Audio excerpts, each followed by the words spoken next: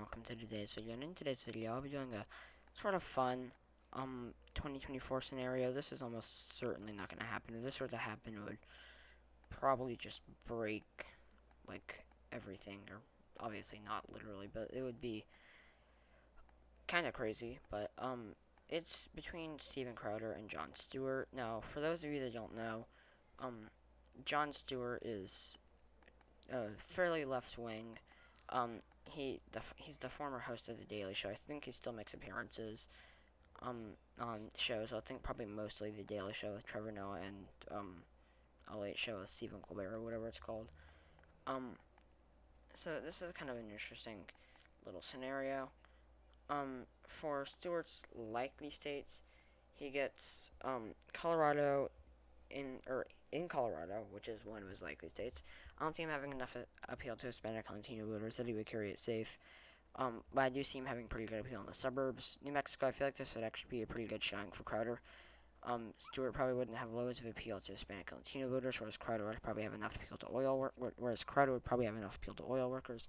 Virginia would probably shift to the right. Stewart wouldn't have as much appeal to black voters yet. He would still have fairly decent appeal in the D.C. suburbs, whereas Crowder is probably going to have pretty good rural appeal in New Hampshire and New Mexico, may not large, being further to left than New Hampshire.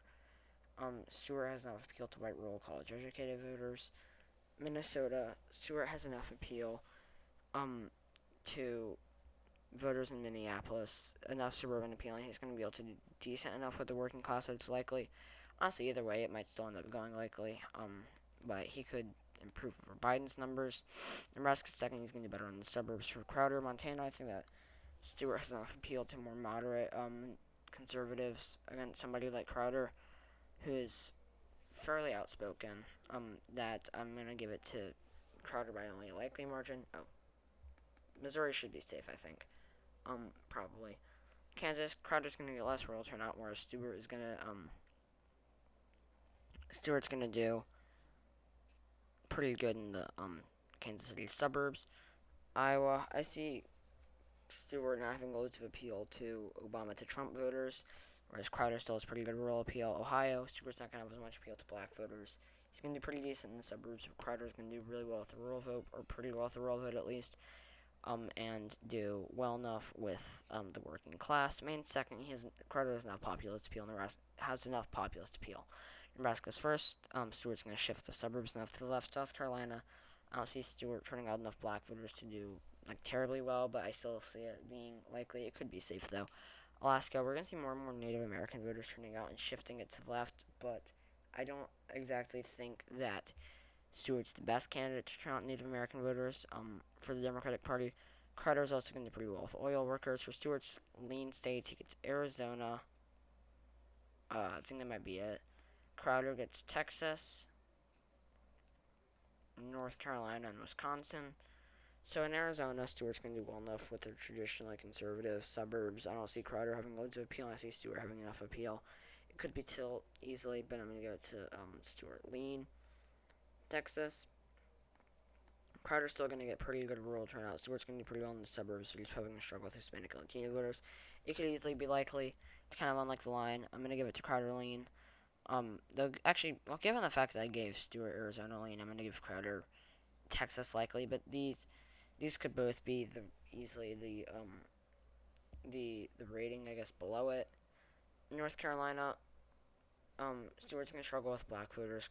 Crowder's going to do well enough for the rural vote, well enough for the working class. Although Stewart might do pretty well with white voters in the suburbs. Wisconsin, Stewart's going to do pretty well in the suburbs, but he's going to do pretty poorly with the working class, and he's going to struggle with black voters. For Stewart's tilt states, he gets Nevada, and Michigan, whereas Crowder gets Pennsylvania, Georgia, and Florida. So in Nevada, Stewart's going to get less Hispanic and Latino turnout, shifting it. It could easily be lean. Honestly, it could easily be a high lean. But I'm going to give it to him tilt. Michigan, Stewart's going to get less black turnout, but he's going to do well enough in the suburbs. Honestly, he might do well enough with the working class. He might have a little bit of appeal to carry it. I still think it's probably going to carry it, but like a half a percentage-ish. Without all that working class appeal, it's probably either tilt to Crowder or a narrow victory for Stewart. Without with if he had like Clinton levels, it would probably go to Crowder.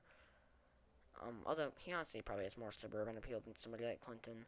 Pennsylvania, Crowder's going to get good enough for rural turnout, do well enough with the working class. Stewart's going to struggle with the black vote. He's going to do well enough in the suburbs, though, and he's going to do well enough with the working class to keep it tilt. Probably it could be lean, and Michigan could be tilt to Crowder. Georgia, Stewart's going to struggle with black voters. Crowder's going to do well enough with rural voters. Florida, Stewart's actually going to, I think, do pretty well with older white voters and suburban voters. Crowder, though, is going to do well enough with Hispanic Latino voters that it goes to him tilt. So, yeah, thank you guys so much for watching this video. If you enjoyed it, please leave a like below. Stay tuned for my next video tomorrow.